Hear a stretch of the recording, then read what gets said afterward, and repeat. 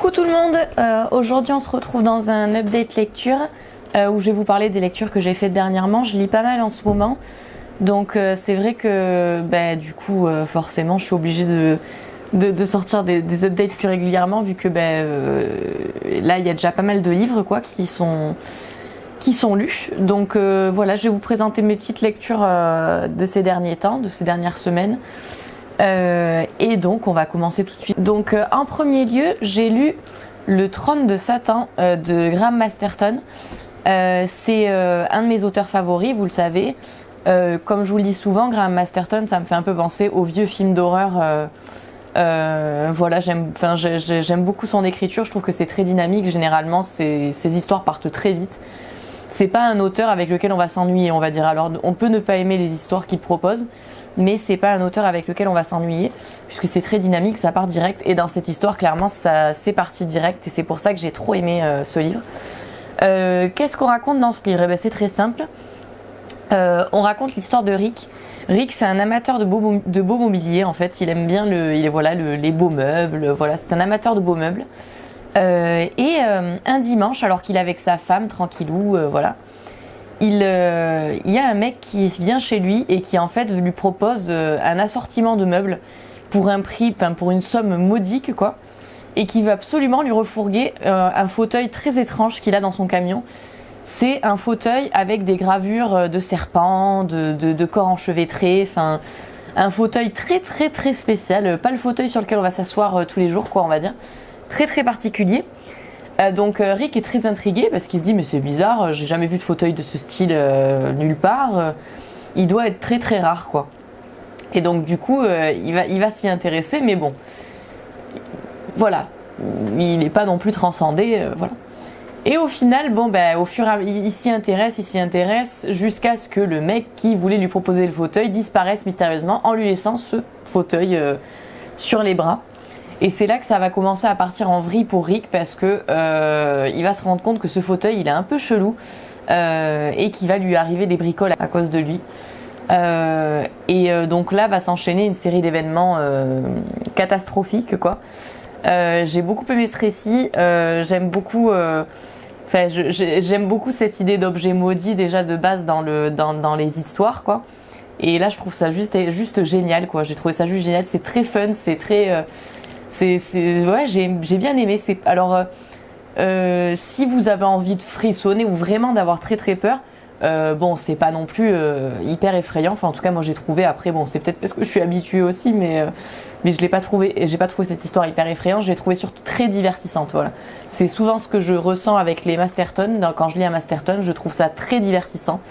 Voilà, plus qu'effrayant, très divertissant. J'ai beaucoup aimé cette lecture sur un fauteuil maudit qui se retrouve dans les mains d'une famille et sème le chaos, quoi. J'ai beaucoup aimé cette histoire, c'était très sympa. Deuxième lecture qui m'a un peu moins conquise, on va dire, j'étais un peu moins convaincue, c'est Le Jeu de la damnation de Clive Barker. Bon là vous pouvez pas voir, en l'occurrence c'est une édition que j'avais trouvée à Emmaüs, donc très très jolie comme ça, mais du coup voilà. Donc c'est Le Jeu de la damnation de Clive Barker. J'avais hâte de le lire parce que, comme vous le savez, j'aime beaucoup Clive Barker. Il a un style très particulier après, c'est-à-dire que quand je vais lire du Barker, je me mets dans un état d'esprit parce que c'est très très spécial, hein. C'est une horreur très très spéciale qu'on voit pas partout. Et donc du coup, voilà, il fallait que je me mette dans un mood et que je me prépare en fait avant de lire ce bouquin. Mais j'étais prête, quoi. J'avais envie de lire du Barker, donc je me suis dit allez, pourquoi pas. Et j'ai pas été convaincue, en fait. J'ai pas été hyper convaincue par cette histoire. Qu'est-ce que ça raconte, le Jeu de la damnation ? Le Jeu de la damnation, ça raconte l'histoire d'un mec qui s'appelle Marty, je crois. Et Marty, c'est un petit criminel, voilà. C'est un petit criminel qui commet des vols, voilà. Et un jour, on lui propose une liberté conditionnelle. Et donc la condition, c'est qu'il soit le garde du corps, en fait, d'un homme très riche. Donc voilà, on lui offre une liberté conditionnelle chez cet homme en tant que garde du corps, voilà. Mais il doit protéger cet homme, voilà, à tout prix. Mais du coup, il va se rendre compte, Marty, au fur et à mesure de sa mission en fait de protection envers cet homme, il va se rendre compte que il y a quelque chose qui cloche, quoi. Et en fait, cet homme a besoin d'une protection parce qu'à l'époque, il a joué avec l'un des meilleurs joueurs et il a perdu. Et en fait, à l'époque, on disait que tous ceux qui perdaient contre cet homme devaient en subir les conséquences en fait et devaient en payer le prix. Alors, on ne sait pas quel prix, mais ils devaient en payer le prix et c'était pas très très sympa. Et en fait, on va suivre cette histoire jusqu'à la vengeance de ce fameux joueur. Et donc, une histoire de vengeance. En somme, une histoire de vengeance en fait. Et j'ai trouvé ça sympa, mais j'ai trouvé ça très très long. Très très très long. J'ai trouvé par moments l'écriture de Clive Barker très très pénible en fait, parce qu'il y avait beaucoup de descriptions, c'est très très long. Vous savez à quel point j'ai du mal avec ça, moi, les récits qui traînent en longueur, voilà. C'est parce que en fait, j'ai le même problème avec ce livre que j'ai eu avec Terreur de Dan Simmons, si vous vous souvenez. C'est-à-dire que c'est une excellente histoire. J'ai beaucoup aimé l'histoire, j'ai trouvé ça très sympa. Mais pour moi, ça aurait pu être beaucoup plus dynamique en fait. J'ai trouvé que des fois ça traînait en longueur, que c'était... Voilà, on a beaucoup de descriptions, il y a des moments où il se passe rien et d'autres moments où il se passe des trucs de ouf. Comme dans Terreur en fait de Dan Simmons, c'est-à-dire que vous avez des moments où vous allez être comme ça sur le livre, vous allez être à fond dedans, et des moments où c'est très long. Donc voilà, c'est la chose que je reproche à ce livre, une très bonne histoire, mais on me l'a pas raconté de la façon, voilà, c'est pas la façon dont moi j'allais l'apprécier. Trop long, voilà, trop long et trop difficile pour s'accrocher des fois quoi. Franchement, j'ai failli abandonner. Donc ouais, c'était assez compliqué quoi. Une lecture assez compliquée. Mais je suis contente de l'avoir lu quand même, parce que de toute façon, je compte bien lire tous les livres de Clive Barker, donc c'est bien de découvrir un peu tout ce qu'il a fait. Et il est compliqué de tout aimer d'un auteur. C'est possible, mais c'est compliqué. Donc voilà, en l'occurrence, c'est ma première petite déception de Clive Barker. Donc voilà. Ensuite, j'ai relu pour la 5e, 6e fois, je dirais, Spirale de Junji Ito. Donc c'est l'édition anglaise que j'ai eue à Noël. Ce livre, je l'ai déjà lu 5 ou 6 fois, mais du coup, c'était un bonheur de le relire dans une version hardback et tout. Enfin, j'étais trop contente. Et ça raconte quoi, Spirale? Eh bien, c'est très simple. Spirale, ça raconte l'histoire d'un couple, donc une jeune fille et un jeune homme, qui vont se rendre compte que quelque chose ne tourne pas rond dans leur ville en fait. Au fur et à mesure que les événements vont se dérouler, ils vont se rendre compte qu'il y a quelque chose de bizarre qui se déroule dans leur ville. Autrement dit, ils vont se rendre compte qu'en fait tout le monde dans leur ville commence à être obsédé par la forme de la spirale. Et donc du coup, les gens deviennent fous, subissent des transformations très étranges, voilà, comme c'est souvent le cas dans les Junji Ito, hein, c'est très barré Junji Ito. Et donc ils subissent des transformations très étranges, et une forme d'apocalypse en fait commence à démarrer sur Terre, et dans cette petite ville, puisque ça part en vrille totale quoi. Et je voulais vous en parler, même si c'est une relecture, parce que c'est un livre qui est juste extraordinaire. Ça vaut vraiment le coup de lire ce livre. C'est un manga qui est extraordinaire. Junji Ito, il est incroyable. Il arrive à faire des dessins qui sont absolument incroyables. En fait, quand on lit un Junji Ito, on rentre vraiment dans un univers, quoi. C'est-à-dire que il y a pas deux Junji Ito. C'est vraiment un univers à part entière. Et moi, j'aime beaucoup Junji Ito. Et c'est une histoire d'horreur franchement inquiétante. Hein. Il y a des moments qui sont extrêmement flippants dans ce livre. Comme dans tous les mangas d'ailleurs de Junji Ito, parce que c'est l'un des rares mangaka qui me fait flipper, honnêtement. Genre, j'ai lu notamment ses short stories. Bon, après, il faut que... Enfin, je pense qu'il y a des short stories que je connais pas encore de Junji Ito. J'en ai encore à découvrir. Et j'ai lu certaines de ses short stories, et c'est un des mangaka qui me fait flipper, mais dans ses histoires, mais c'est terrible, quoi. Et Spirale, ça en a fait partie. À la première lecture, franchement, j'ai trouvé cette histoire très très inquiétante. La fin, elle est excellente, c'est très intéressant. Je trouve que la fin, elle est très bien menée. Et j'aime beaucoup aussi...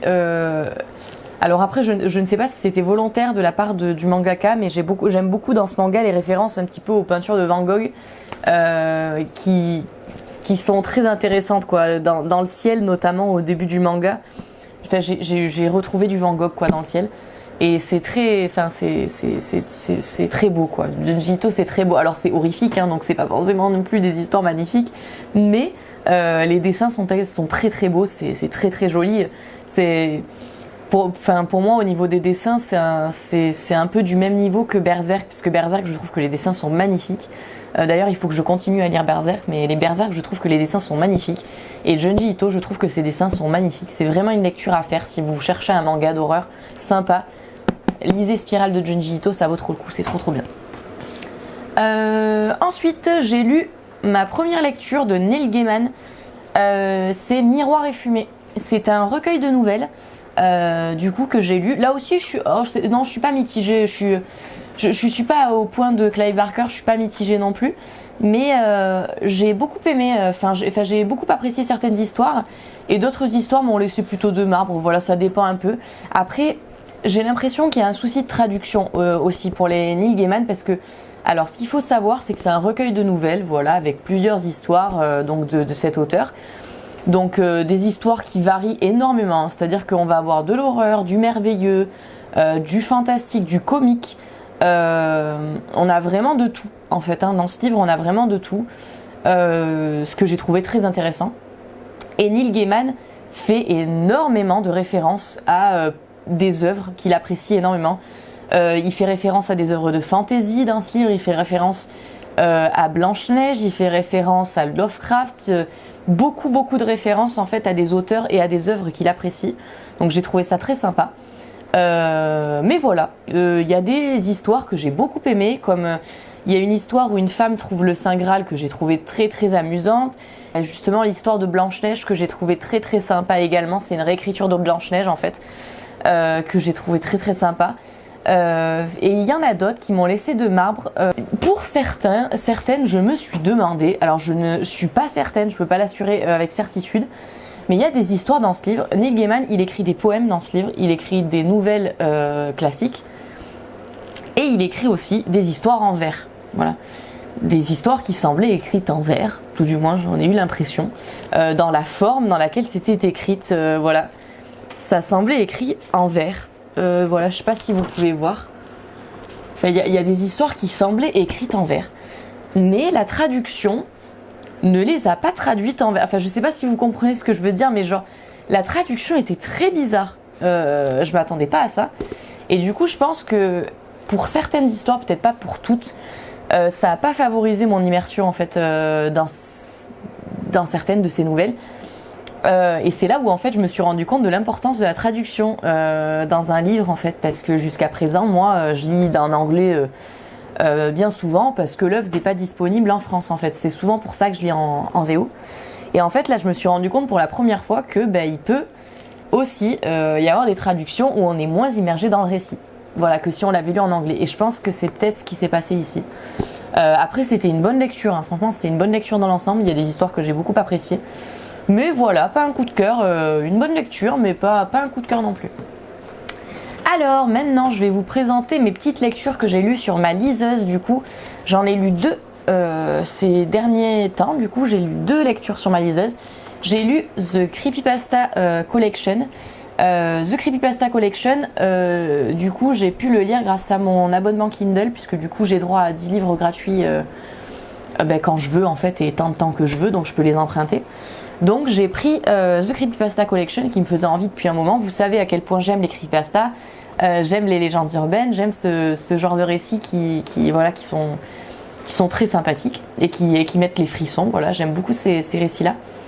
Et j'ai bien aimé ce recueil, j'ai bien aimé. Alors attention, j'ai préféré, dans le même genre, j'ai quand même préféré la version française, c'est-à-dire Creepypasta, une anthologie, où je vous mets la couverture ici.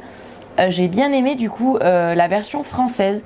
J'ai moins aimé cette version anglaise. Alors après, attention, là j'ai lu que le premier tome, parce que du coup il y a 2 tomes de The Creepypasta Collection. Là en ce moment je suis en train de lire le deuxième, je sais pas ce que ça va donner, peut-être que j'aimerais mieux le deuxième, je sais pas. Mais le premier, voilà, j'ai beaucoup aimé, mais pareil, on est dans le même thème que Gaiman.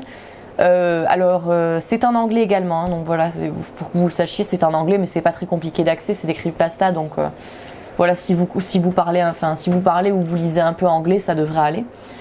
Et pareil que Neil Gaiman, je disais du coup, il y a des histoires que j'ai appréciées et d'autres qui m'ont laissé de marbre, voilà. Mais il y a des histoires que j'ai beaucoup aimées par contre. Voilà, ici, j'ai quand même passé un excellent moment. Il y a des histoires qui m'ont fait passer un très très bon moment.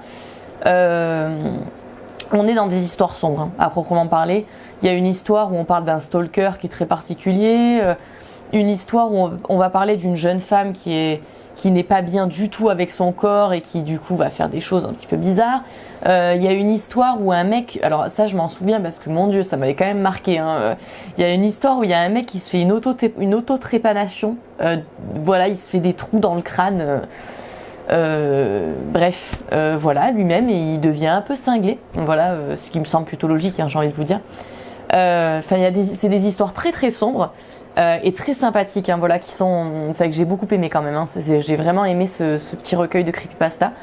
Mais si je pouvais vous conseiller de commencer avec une anthologie creepypasta que je connais, du coup, ça serait plutôt la version française creepypasta une anthologie parce que déjà c'est en français, donc vous aurez moins de difficultés à le lire, et puis parce que dans creepypasta une anthologie, vraiment il y a de quoi faire, quoi. Il y a de quoi faire et il y a de très très bonnes histoires, donc je peux que vous le conseiller, quoi. Dernière lecture. Alors j'étais un petit peu morose, voilà, je vous explique, j'étais un petit peu morose. Parce que j'avais fini le jeu de la damnation de Clive Barker et j'avais pas trop aimé, quoi. Et du coup j'avais les boules, je me disais, mais...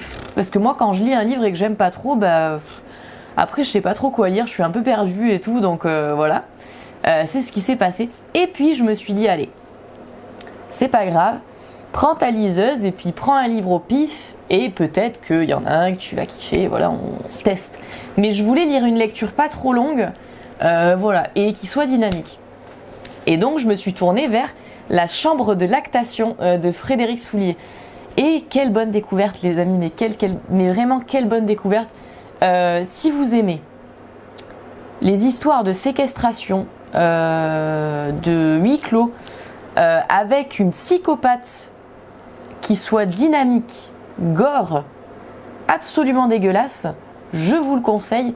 Alors après, voilà, c'est une histoire à ne pas lire en mangeant. Voilà, je vous fais le petit trigger warning de base. Ne lisez pas cette histoire si vous mangez, c'est dégueulasse. Donc ne lisez pas cette histoire si vous êtes en train de manger. Qu'est-ce que ça raconte, la chambre de lactation? Eh bien c'est très simple. On raconte l'histoire d'un homme qui est tout simplement videur de fosses septiques. Voilà, donc un métier pas forcément génial. En tout cas, c'est lui qui le décrit ainsi dans le roman, quoi. Il n'est pas hyper content de faire ça, mais bon, il le fait. Et voilà, bon, ça lui permet d'avoir un taf, de manger comme tout le monde. Et donc cet homme, un jour, il va aller chez une femme qui lui semble très très riche, hein. Elle a des petites sculptures en pâte Fibo dans son manoir. Pour rentrer chez elle, il faut traverser un grand chemin, voilà, enfin, une belle bâtisse en somme. Donc il se dit, cette femme, elle doit avoir du fric. Et qu'est-ce qu'il se dit, ce mec-là? Il se dit, je vais ramener mon meilleur ami avec moi, parce qu'en fait, sur son frigo, il s'aperçoit que cette femme va bientôt partir de son domicile. Donc il note la petite date sur un carnet, et il se dit, allez, je vais revenir un de ces quatre, et puis je vais cambrioler sa maison. Comme ça, je vais lui voler 2-3 trucs, et puis elle s'en apercevra pas, et voilà, bref... Enfin, elle s'en apercevra pas, peut-être bien que si, mais bon, vous m'avez compris, quoi. Il veut cambrioler son domicile pendant son absence. Donc, il entraîne son meilleur ami là-dedans, sauf que ils vont se rendre dans cette maison durant la présumée absence de cette femme, et ça ne va pas se passer comme prévu, comme vous vous en doutez. Ils vont se retrouver enfermés dans une pièce au sous-sol, que cette joyeuse femme va appeler gaiement la chambre de lactation, et va s'ensuivre... des événements très tragiques pour ces deux jeunes hommes, dont des sévices. C'est affreux. Cette histoire, elle est horrible. Et donc du coup, ils vont découvrir le pourquoi du comment cette femme les garde chez elle, et pourquoi c'est une tarée, et pourquoi, vous voyez. Donc je vais pas vous spoiler plus, et je vais pas vous en raconter plus. Tout ce que vous pouvez savoir, c'est que c'est une histoire de séquestration avec des hommes qui, voilà. Alors au début, je vous le dis de suite, le personnage principal, je le détestais.